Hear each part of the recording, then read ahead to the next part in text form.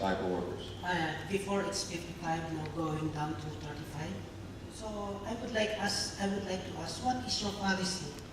If The policy? The policy of getting Bible worker and out for the Bible worker, because our experience in San Jose, before the Bible worker presented in the board and to present the body to accept, then last year, 2010, I think, our Bible worker surprised because he's now kicked out in the Bible worker without the knowledge of the board and the body. So he conducted a series of evangelism. Then he received a letter that is effective on September, you out in the Bible worker.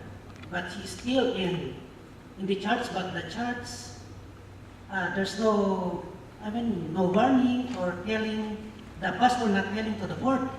And pastor called the board meeting December, and she told me, our Bible work is done because the conference is getting it. The policy is from the conference. So what is the real policy? When Bible workers apply, he present to the board and then to the body. And now it's one click, he told me you are out in the Bible. So what happened? What is the real policy? The Bible worker really is more of a phenomenon that has been created as a result of the evangelism offering. The Bible workers, when you talk about policy, the Bible workers are only on a one-year term. Because our evangelism dollar is collected in July during camp meeting, so we can commit to paying for that Bible worker from this camp meeting to the next camp meeting.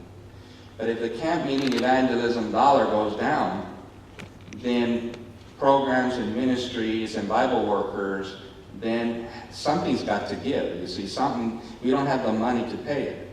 So the conference has an evangelism committee where they look, and in fact, we go away for 2 days at Camp Wawona to pray and to look at the programs and the Bible workers in the conference to see which ones we will fund and which ones we will not fund. Now, how do we do that? We do it through performance. We look at how the Bible worker has performed. They have reports that they have to submit to the conference office. And then there's times when if the conference cannot pay its portion, the church decides we will still keep them and pay the full portion. So there are some churches that, in fact, the statistics show that we have about 149 congregations. We do not have enough money to put a Bible worker in every church. And so, and if we go back and do a study as to who gets Bible workers and who doesn't, we are seeing a pattern in that there are only certain churches that are being blessed. What about the ones that are not receiving those Bible workers? So it's something. Now, the idea of a Bible worker is that they are there to train and equip the laity, not to go out and do the work. They do. I mean, we expect them to go out and knock on doors. We expect them to go out and do Bible studies. That's what Bible workers do. But in the meantime, they are training the laity. Because at some point in time, the Bible worker will be removed. But then the work has been done because they trained the laity and the laity continues to do the work. See, what has happened in North America is that we have become very clergy dependent. But the biblical model, the Acts model of the Bible is that the church should be led by the laity, not by pastors. But every church requires a pastor. Why? Because we're in a model that is clergy dependent. We have got to. Brothers and sisters, as we move into the last days, there will be a time when there will not even be a conference. Right. Ellen White says that there will not be an organization, even though the church will go through all the way to the end. Praise God. But we will probably, not have the funding to be able to do that. So the power of the growth is in the laity, even the pastor. See, some churches think that the work of the pastor is to do all of the work.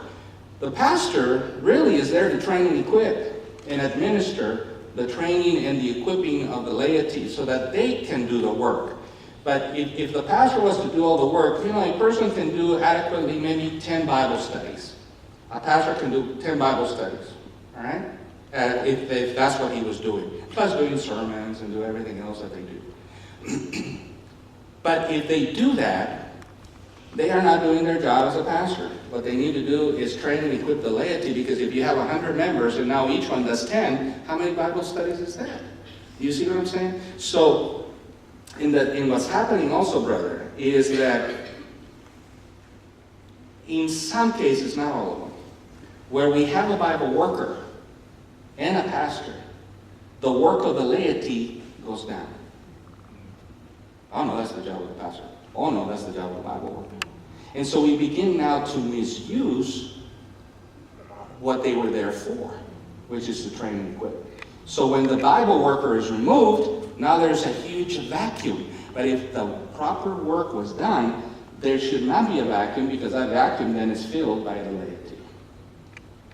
So you have been blessed to have a Bible worker in your church.